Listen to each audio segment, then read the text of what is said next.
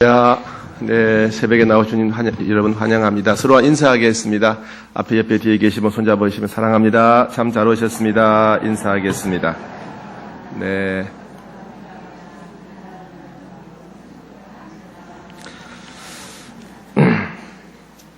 자, 기도하겠습니다. 주님 감사합니다. 오늘 새벽도 저희를 깨우시고 주님 전으로 불러주셔서 감사합니다. 오늘도 저희가 저희를 부르신 주님의 마음을 알기를 원하고 뜻을 알기를 원합니다. 우리의 눈을 열어서 주님의 얼굴을 보게 하시고 우리의 귀를 열어 주의 음성을 듣게 하여 주시옵소서. 은혜를 구하며 예물 드리는 손길을 기억하셔서 하나님이 이들의 마음과 소원을 헤아려 주시고 응답하여 주시옵소서.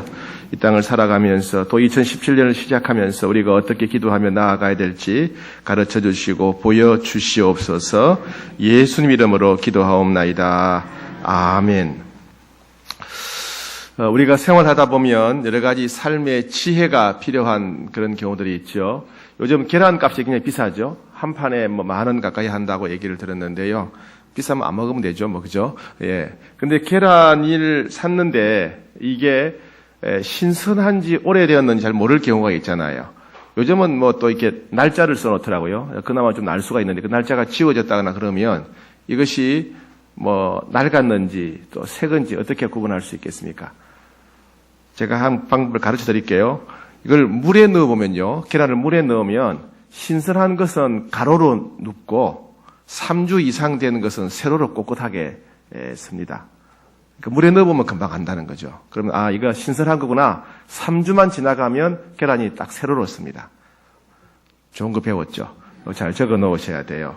예. 그러면 이게 삶은 계란인지 날계란인지 어떻게 압니까? 깨보면 알죠. 깨보면 알죠. 깨보면 당연히 알죠. 날계란 깨보면 더 큰일 나잖아요. 이걸요, 손가락으로 이렇게 돌려보면 삶은 계란은 계속 돌아가는데 날계란은 금방 이게 멈춘다는 거예요. 오늘 좋은 거 배웠습니다. 네. 네, 이런 생활의 지혜도 우리에게 참 중요한데 우리 인생에도 지혜가 필요하지요. 우리 계속 공부하고 있지만은 이 느헤미야 같은 경우에 이스라엘 백성들이 100년 동안 성벽을 쌓으려고 애쓰고 노력했는데 실패했어요. 그죠? 이건 안 되는 거다. 불가능하다. 포기했습니다.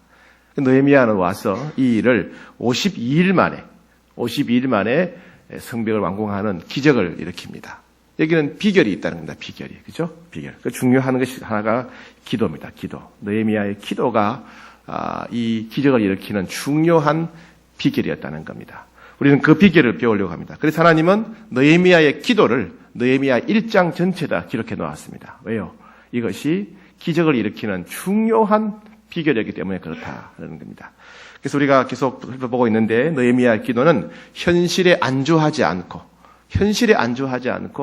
또 비참한 현실에 대해서 분노하는 하나님의 눈으로 하나님의 마음으로 바라보면서 분노하는 느헤미야는 혼자는 이 페르시아에서 잘 사는 사람이었어요. 그런데 자기는 잘 살고 있었지만은 예루살렘을 바라보고 이스라엘 백성들을 바라보면서 하나님의 마음으로 바라보면서 분노했죠.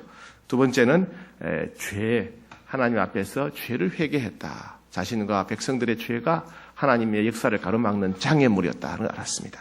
세 번째는 하나님의 약속의 말씀을 기억하면서 계약서를 내밀면서 기도했다 하는 것이고 또 어제는 하나님의 이름을 부르면서 기도했다. 우리가 하나님을 많이 체험하고 경험할수록 하나님이 어떤 분인지를 알고 또 하나님과의 친밀함 가운데 하나님 이름을 부를 수 있다 그랬죠. 네. 오늘은 5번째입니다. 느헤미야는 힘을 다해서 기도했습니다. 힘을 다해서. 우리는 기도의 능력을 믿습니다. 그렇죠? 기도의 능력을 믿어요. 새가족들이 오면 제가 새가족들 인사를 할 때 늘 부탁하는 게 있는데 교회에 오면 물론 분위기에 좋아서 좋고 좋은 사람 만나서 좋고 밥이 맛있어 좋고 홍익교회는 밥이 맛있습니다. 그것도 좋은데 더 중요한 것은 하나님을 만나야 됩니다. 살아계신 하나님을 당신이 체험하고 경험해야 그때부터 진짜 신앙생활이 시작됩니다. 우리가 당신이 하나님 만나도록 최선을 다해 도와드리겠다 그렇게 말합니다. 근데 하나님 만나는 비결이 무엇입니까? 일반적으로 볼 때는 이제 많은 분들이 성경을 읽다 하나님 만나죠. 여러분 그랬죠, 그죠? 성경을 읽다가 설교를 듣다가 성경을 묵상하다가 하나님을 만나게 됩니다. 또 하나 중요한 게 뭐냐면 기도하다가 하나님 만나지요. 그죠? 평소에는 안 하는데 생활에 어려움이 생기면 기도 한번 해볼까? 누구는 기도 응답 받았다더라.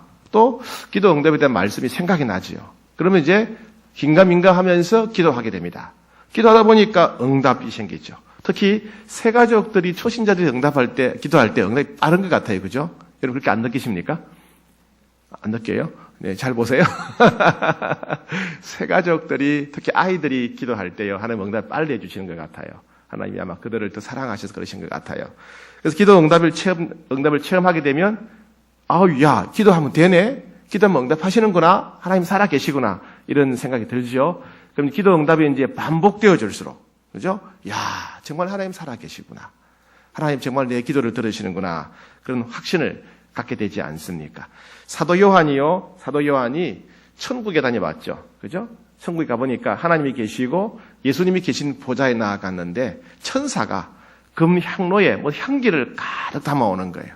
저게 뭡니까? 그러니까 성도들의 기도다.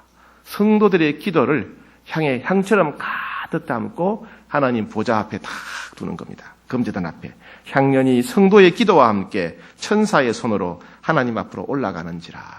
성전에 가면 성소가 있고 지성소가 있는데 성소의 왼쪽에는 촛대가 있었고 등대가 있었고 정면에 향단이 있었죠. 그죠? 그 향단을 계속 피우는데 그 향이 성도들의 기도가 하나님께 상달되는 것을 모형으로 보여주는 거죠. 여러분이 기도하면 모든 기도가 향기처럼 우리 하나님 앞에 상달되어진다 하는 겁니다. 그러니까 우리 그리스도인의 기도는 절대로 공중에 흩어지는 게 아니에요. 그죠? 예, 흩어지는 게 아닙니다. 물론 불신자들의 기도나 이단들의 기도는 공중에 흩어져 버려요. 옛날에 그렇게 했죠. 그 정한수 뜯어놓고 기도하는 것, 또 떠오르는 태양을 보고 기도하는 것, 또 정월 대보름에 달 보고 기도하는 것, 이런 기도는 다 공중에 사라져버리고 없어요. 그러나 예수 그리스도의 이름으로 하는 기도는 천사들이 모든 기도를 하나님 앞에 다 올려다 드린다 하는 겁니다. 그래서 전 세계 어떤 종교보다도 기도해라, 기도하면 응답받는다는 약속이 반복적으로 많이 나온 것이 성경이에요, 성경.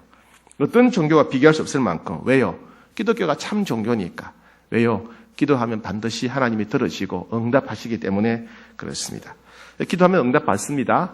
우리 기도할 수 있죠. 우리 그리스도인의 놀라운 능력, 특권 중에 하나가 기도입니다. 기도. 그런데 기도하는 자세도 중요하다는 겁니다. 기도하는 자세도 중요하다.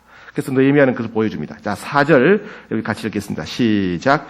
내가 이 말을 듣고 앉아서 울고 수일 동안 슬퍼하며 하나님 앞에 금식하며 기도했다. 네, 슬퍼하며 기도했다.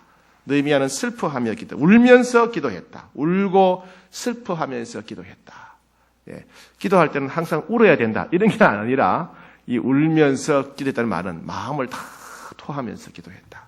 마음을 다 드러내면서 내가 얼마나 안타까운지, 내가 얼마나 답답한지, 내가 얼마나 슬픈지, 내가 얼마나 괴로운지 내 마음을 하나님 앞에 그대로 다 드러내며 기도했다. 그죠? 여러분 그렇지 않습니까? 아이들이 부모님에게 부탁할 때 아빠 돈 좀 주세요. 이렇게 하는 것보다 막 눈물 흘리면서 막 아빠 돈이 좀 필요하다 그러면 그냥 없는 돈 만들어서도 주잖아요. 그죠? 안 주세요?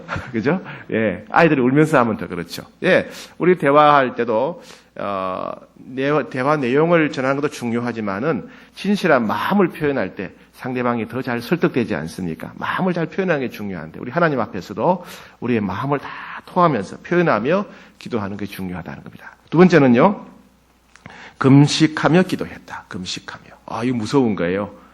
아이들이 밥 안 먹어. 그러고 문 잠가버리고 밥 안 먹으면 이제 부모들 애가 타잖아요. 밥 안 먹어 어떡하나 싶고, 그죠? 예. 하나님 앞에서 우리가 다 그냥, 금식하며 기도할 때 놀랍게 역사하신다 하는 겁니다. 6절, 시작. 이제 종이 주의 종들인 이스라엘 자손을 위하여, 주야로 기도하며, 주야로. 밤에도 기도하고, 낮에도 기도하고. 밤에도 기도하고, 낮에도 기도하고. 그죠?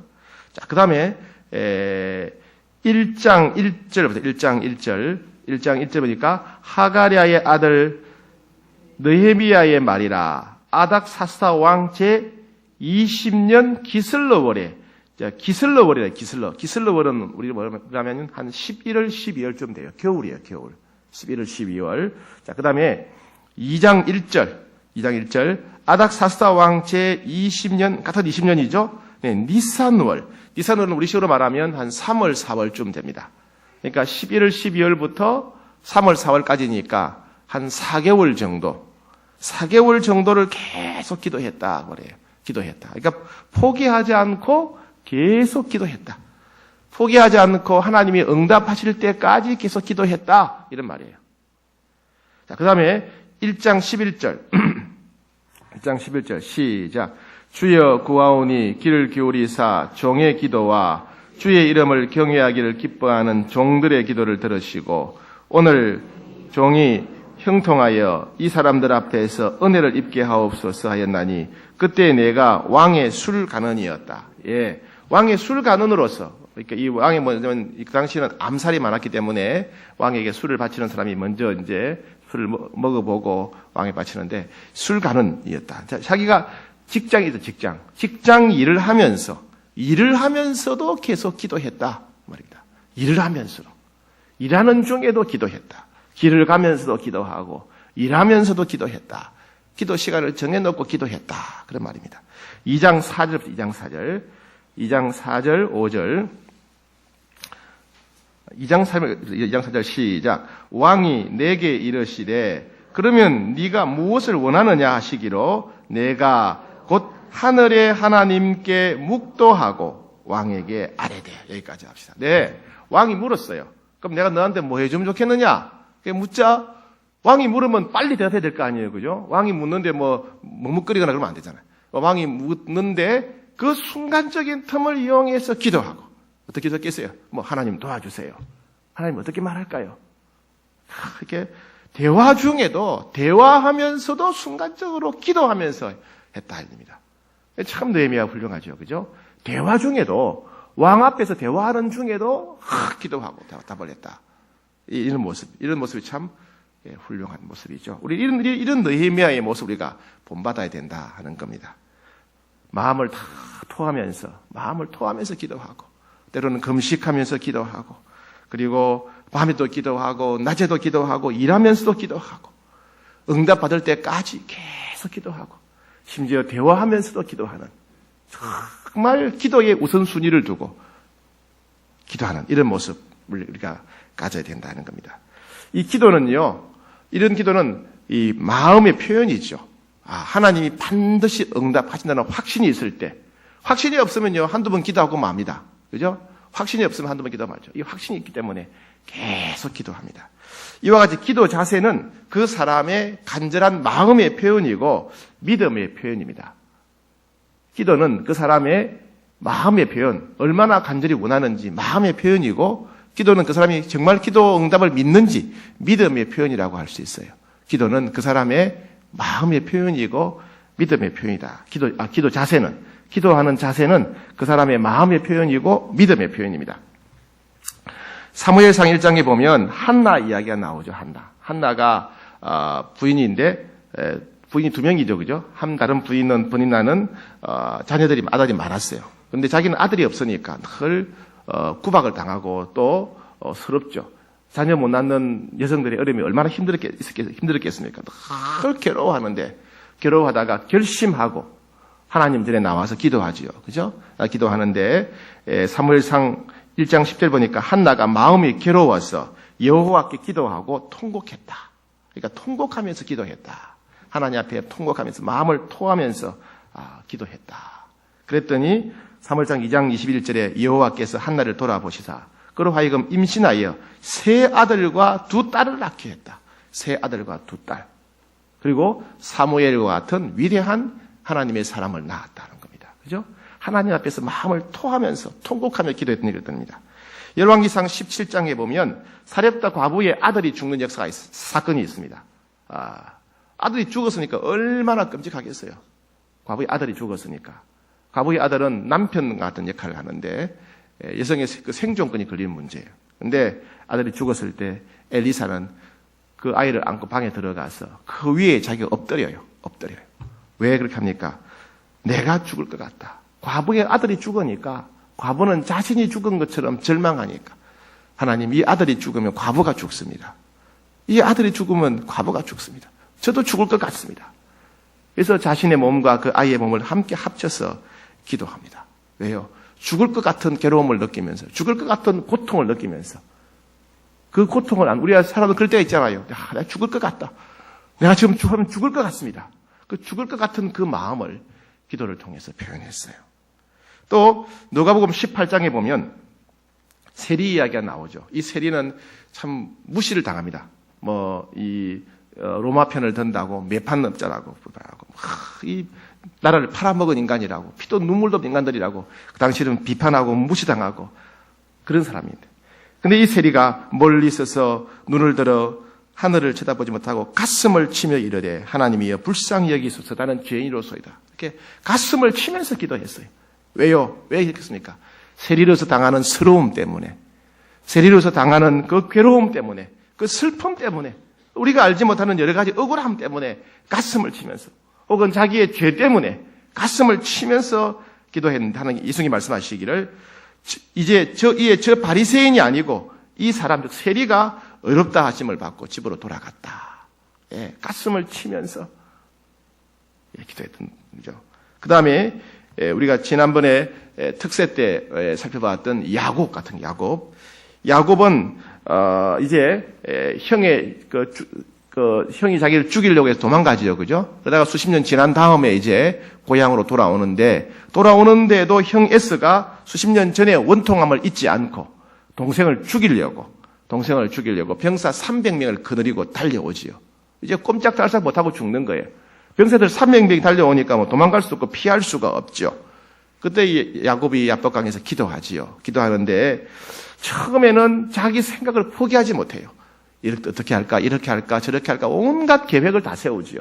온갖 계획을 다 세우고, 그런 모습을 이제 천사와의 그 씨름을 통해서 보여주지요. 야곱이 천사와 씨름했다는 말은 기도했다는 말이 아니에요. 예? 기도했다는 말이 아니에요. 야곱이 천사를 이겼다는 것은 야곱이 기도로 천사를 굴복시켰다, 그런 말이 아니에요. 끝까지 넘어지지 않으려고, 실패하지 않으려고, 자기 생각, 자기 고집대로 몸부림치는 야곱의 모습을 말하는 겁니다. 끝까지 버티는 거예요. 그러다가 이 천사가 이 야곱의 고관절을 탁 때립니다. 그 순간 얘는 이제 딱 쓰러지겠죠. 내가 하나님이 신경 하나만 건드려도 꼼짝 못하는구나. 내 생각이, 내 계획이 아무 소용이 없구나. 자기가 아무것도 아니라는 것을 알고 절망하겠지요. 그리고 자기가 씨름한 사람이 아니라 하나님의 천사라는 걸 알게 돼요. 그때부터 이게 천사를 붙잡고 매달립니다. 그래서 호세아 12장 3절에 보니까 천사와 겨우 이기고 울며 그에게 간구하되, 울며 매달렸다. 마치 내가 이 사람을 놓치면 끝장난다. 내가 이 천사를 놓치면 우리 가족이 다 죽는다. 이 천사를 놓치면 내가 인생이 끝난다 하는, 마치 물에 빠진 사람이 밧줄을 놓지 않으려고 그 밧줄만 꼭 붙잡듯이 이 야곱이 천사를 그렇게 붙잡았다. 다른 말로 하면 하나님께 매달렸다.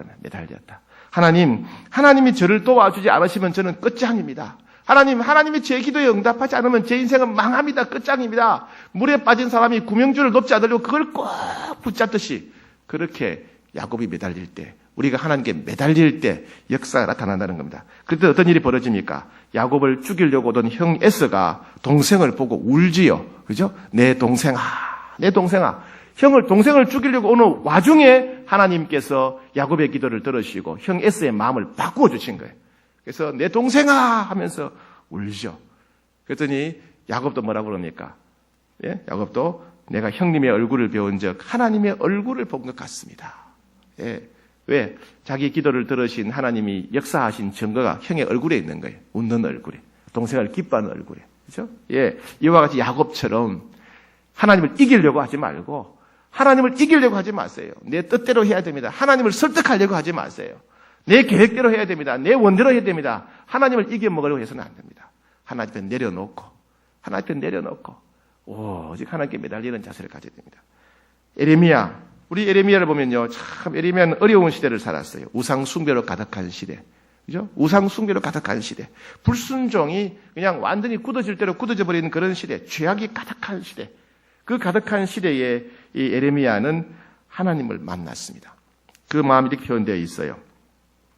에레미야 29장 12절에 너희가 내게 부르짖으면 내게 와서 기도하면 내가 너희들의 기도를 들을 것이다. 너희가 온 마음으로 나를 구하면 너희가 나를 찾으면 내가 만날 것이다. 이건 계속 같은 단어가 반복되고 있어요. 너희가 부르짖으면 너희가 기도하면 너희가 나를 구하면 너희가 나를 찾으면 내가 만나주겠다. 부르짖으면 기도하면 찾으면 구하면 만나주겠다. 그건 뭘 말합니까? 너희가 내게 와서 기도하면 저 간절히 기도하면 내가 만나주겠다. 아무리 우상이 가득한 시대라 할지라도 아무리 죄악이 가득한 시대라 할지라도 나를 만나려고 기도하는 사람 내가 만나준다. 아무리 불순종이 가득한 시대라 할지라도 내게 매달리는 사람은 내가 만나준다. 응답해준다. 이런 말씀이죠. 그렇죠? 예. 이거 말고도 뭐 기도하는 여러 가지 자세를 보여주는 게 많죠. 모압과 암몬과 마온 세 나라 연합군이 유다를 집어삼키려고 쳐들어왔을 때 여호사밧은 백성들 어른들뿐 아니라 남자뿐 아니라 여자와 어린아이들까지 다 성전 앞에 모아놓고 기도하면서 하나님께 매달리던 그런 모습들. 그죠? 히스기야는 자기가 병들어 죽어갈 때 금식하고 벽을 보고 서서, 그죠? 오직 하나님만 바라보고 벽을 보고 앉아서 오직 하나님만 바라보고 통곡하면서 기도했다. 그랬더니 하나님이 생명을 15년 연장시켜 주셨죠. 그죠? 다 이런 기도는요, 태도는 모습은 다르지만은 자세는 다르지만 다 뭐예요? 간절히 기도했다. 간절히 기도했다. 응답할 때까지 기도했다. 그런 말씀입니다. 그런 것은 간절함의 표현이요. 그리고 이것 말고는 다른 길이 없다. 기도 말고 하나님의 응답 말고는 다른 길이 없다. 그리고 하나님 반드시 응답하신다는 믿음의 표현이었어요. 성경에 나오는 응답받은 수많은 기도를 보면 간절함이 있었고, 그죠? 간절함이 있었고, 하나님이 반드시 응답하신다는 믿음이 있었고, 그죠? 그리고 응답하실 때까지 천철박함이 있다는 얘기입니다. 근데 우리는 왜 그렇게 간절하게, 우리는 왜 그렇게 절박하게 기도하지 않을까요? 첫 번째는 우리가 상황에 대한 갈급함이 없어서 그래요. 상황에 대해서 절박하지 않으니까. 무슨 말이냐면 별로 힘들지 않으니까. 뭐 불편하기는 불편해도 웬만하면 그냥 견딜 수 있으니까. 마음이 급하며 답답하면요, 하나님 앞에 통곡하게 되어 있어요. 예. 우리 성도들 가만히 보면요, 기도할 줄 몰라요. 목사님 어떻게 기도할지 몰라요. 목사님 기도하려고 그러니까 뭘 말할지 모르겠어요. 이런 말이 있어요. 근데 괜찮아요. 어려움이 생기면요, 급하면요, 기도 안 가르쳐도 돼요. 나와서 그냥 쏟아붓고 다 하는 거예요. 그죠? 안 급하니까 그렇게 해야 하는 거예요. 안 급하니까. 급하면 다 부러지게 되어 있어요. 예. 절박함. 예수님도 십자가를 앞두고 3번이나 반복하셔서 계속 같은 내용으로 기도하지 않습니까? 이 절박함이 절박함. 그죠? 예. 우리가 절박하지 않으니까, 마음이 급하지 않으니까 그럴 수가 있어요. 두 번째는요, 예, 하나님의 마음과 뜻을 잘 모르기 때문에 우리가 그렇게 기도하지 않을 수가 있습니다. 즉, 하나님의 눈으로 보지 않기 때문에, 하나님의 마음으로 보지 않으니까. 여러분, 내 배가 부르면 내가 편하면 걱정이 안 돼요. 나라가 어떻게 되든지 간에, 그냥 내 월급 잘 받고, 우리 집 돈이 있고, 나 먹는 지장이 없고, 우리 가족 건강하다. 그러면 별로 나라를 위해서 간절히 기도하지 않습니다. 그러나 하나님의 눈으로 나라를 바라본다면, 야, 우리나라가 이래서 될까? 우리나라 문화가 이렇게 부정과 부패가 가득하고 엄란하고 폭력이 가득한데 이래서 될까? 아이들을 믿고 세상에 맡겨놓을 수가 없는데 이래서 될까? 하나님의 눈으로 바라볼 때 우리는 기도할 수 있습니다. 내가 만족하고 내가 편하면 기도하지 않은 거예요. 여러분, 하나님의 눈으로 바라보셔야 돼요. 우리 가족, 하나님이 살아계신데, 하나님 우리 가정의 주인이신데 우리 이렇게 살아서는 될까? 하나님의 눈으로 가족을 바라보셔야 돼요. 여러분 직장, 여러분 사업, 하나님이 내 인생의 왕이시고 주인이신데 우리 회사가 이렇게 해서 될까? 하나님이 살아계신데 하나님의 눈으로, 하나님 마음으로 바라보셔야 돼요. 한양대학교가 우리 교회 앞에 있는데, 우리 교회 주변에 원룸이 수없이 많이 있는데, 그것도 부족해서 우리 교회 앞에다 원룸을 짓고 있는데 우리가 청년들을 내버려 두어서는 될까? 하나님의 눈으로, 하나님 마음으로 바라본다 그러면 우리는 태도가 달라지죠. 그렇죠? 달라집니다. 세 번째는 기도 응답에 대한 믿음이 없기 때문에. 믿음이 없으니까 기도하다가 포기해버려요. 그죠? 믿음이 없으니까. 말씀을 믿지, 약속을 믿지 않으니까. 기도나 한번 해보자. 하다가 안 되면 안 되는 거예요. 그게 아니라 정말 하나님이 살아계시고 약속대로 말씀대로 기도 응답을 믿는다면 우리는 응답 받을 때까지 기도해야 돼요. 포기하지 않고 기도하셔야 돼요. 포기하지 않게. 포기하지 않고 기도하셔야 돼요. 하나님 분명히 응답하십니다. 약속하셨잖아요. 그죠? 하나님은 가장 좋은 때에 응답하십니다. 기도하는 자에게 가장 좋은 때에 좋은 방법으로 응답하십니다. 그러니까 응답하실 때까지 기도해야 돼요. 응답받는 최고의 비결이 뭐냐면 응답하실 때까지 기도하는 거예요. 그럼 100% 응답받아요. 그죠? 100% 응답받는 거예요. 이것 말고도 하나님께서 우리의 기도에 응답하지 않는 몇 가지 삶의 태도를 말씀하신 게 있어요. 하나님이 이런 경우는 내가 응답하지 않겠다라고 말씀하신 삶의 태도가 몇 가지가 있어요. 기도하는 태도도 중요하지만은 삶에서 이런 태도가 보이면 하나님 기도 응답하지 않는 태도가 있어요. 첫 번째는 뭐냐면 말씀에 대해서 귀를 기울이지 않고 순종하지 않을 때 하나님 응답하지 않습니다. 잠언 28장 9절에 사람이 귀를 돌려 율법을 듣지 아니하면 그의 기도도 가정하니라. 하나님 말씀을 듣지 않으려고 귀를 돌려버리면 하나님께서 그 기도를 가정한 기도로 여기시고 응답하지 않으신다. 이사야 1장 15절 너희가 손을 펼 때에 내가 내 눈을 너희에게서 가리고 너희가 많이 기도할지라도 내가 듣지 아니하리니 이는 너희의 손에 피가 가득함이라. 너희 손에 피가 가득하면 내가 고개를 돌리고 기도를 듣지 않겠다. 너희가 다른 사람의 마음을 아프게 하고 다른 사람이 해코지하고 다른 사람을 짓밟으면 내가 너희 기도 듣지 않겠다. 응답하지 않겠다. 그 말씀이죠. 그러니까 우리가 하나님 말씀을 잘 듣고 순종해야 하나님 말씀의 기록을 순종할 때 하나님 기도의 응답의 역사가 빠르다 하는 겁니다. 또 하나 하나님이 응답하지 않는 기도가 있어요. 삶의 태도가. 그게 뭐냐면 형제를 용서하지 않을 때 하나님 기도 응답하지 않습니다.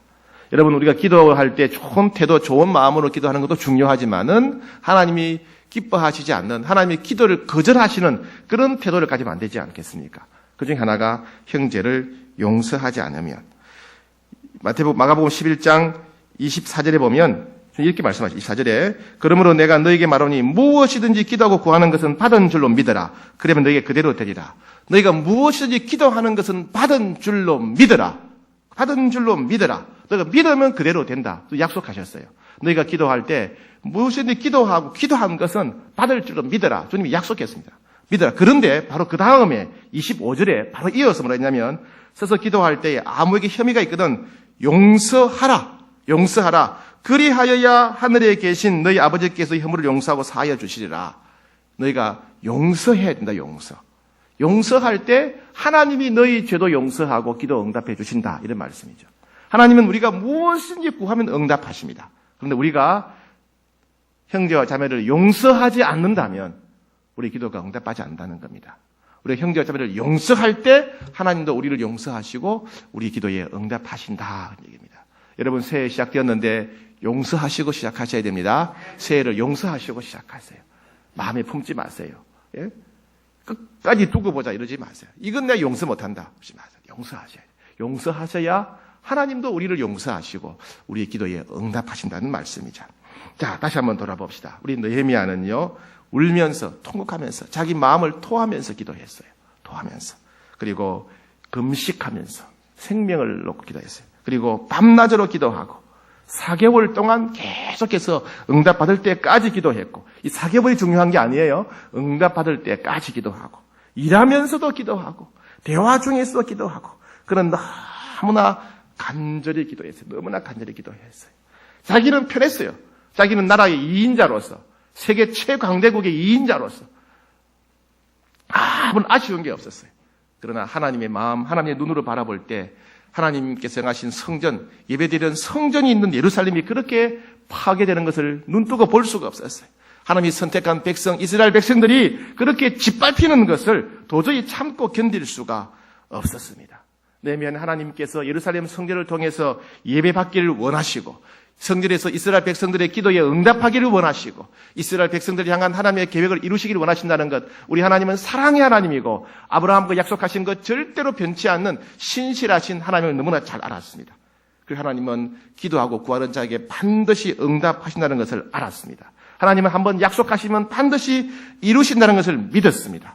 그래서 그는 그 믿음으로 계속해서 기도했던 것입니다. 밤낮으로 기도하고 통곡하며 기도하고 금식하며 기도하고 일하면서 기도하고 대화 중에서 기도하고 몇 달 몇 년이 걸리더라도 반드시 응답하실 줄 믿고 끝까지 기도했던 것입니다. 그렇기 때문에 100년 동안 실패했던 일이 52일 만에 성취되는 기적이 일어났던 것입니다. 우리도 여러분 기도하셔야 됩니다. 기도하셔야 돼요. 여러분 어떤 문제가 있습니까? 어떤 어려움이 있습니까? 여러분 하나님 앞에 기도하셔야 돼요. 개인의 문제, 가정의 문제, 이 사회의 문제, 사랑방의 문제, 우리 교회의 문제, 열방을 향하는 문제, 우리가 사명 감당하는 문제 기도하셔야 돼요. 특별히 여러분 하나님의 마음으로 바라보셔야 돼요. 하나님의 눈으로 바라보셔야 돼요. 내가 건강하면 됐지 뭐. 내가 돈 잘 벌면 됐지 뭐. 우리 가족은 다 괜찮아. 이렇게 보지 마시고 하나님이 어떻게 보실까? 하나님은 나를 어떻게 바라보실까? 하나님은 우리 가정을 어떻게 바라보실까? 하나님은 우리 직장을 어떻게 보실까? 사업을 어떻게 보실까? 하나님은 우리 교회를 어떻게 보실까? 하나님은 우리나라를 어떻게 보실까? 하나님은 열방을, 세계를 어떻게 바라보실까? 하나님의 마음으로 바라보시면서 하나님 말씀이 어떻게 기록되었는가를 보면서 우리는 기도해야 됩니다. 여러분 기도하셔야 됩니다. 기도하셔야 돼요. 에스겔 36장 37절에 이 말씀이 있어요. 주 여호와께서 이같이 말씀하셨느니라. 그래도 이스라엘 자손이 이와 같이 자기들에게 이루어 주기를 내게 구하여야 할지니라. 하나님 백성들을 사랑하십니다. 하나님 백성들을 사랑하세요. 하나님 백성들을 위한 놀라운 뜻과 계획을 가지고 계세요. 하나님은 우리 장래에 희망을 주기를 원한다. 즉 우리가 행복하기를 원하십니다. 그런데 우리가 구하여야 할지니라. 이스라엘 족속이 이같이 자기들에게 이루어 주기를 내게 구하여야 할지니라. 구하여야 된대요. 구하여야 할지니라. 그래도 이와 같이 자기들에게 이루어 주기를 내게 구하여야 할지니라. 왜요? 구하는 것이 믿음의 표현이니까. 구하는 것이 하나님에 대한 신뢰의 표현이니까. 구하는 것이 하나님께 인생의 축도를 맡기는 믿음의 표현이 결단이니까. 그들이 내게 구하여야 할지니라. 여러분 어떻게 기도하시겠습니까? 새해에는 정말 여러분 간절히 기도하셔야 됩니다. 마음을 토하면서 간절히 기도하세요. 눈물로 기도하고 밤낮으로 기도하고 금식하며 기도하고 정말 여러분의 간절함을 표현하셔야 돼요. 그리고 시간을 떼어놓고 규칙적으로 지속적으로 기도하셔야 돼요. 기도해야지 이것만 가지고는 안 돼요. 여러분 새해는 결단하셔야 돼요. 내가 언제 기도하겠다. 내가 어디서 기도하겠다.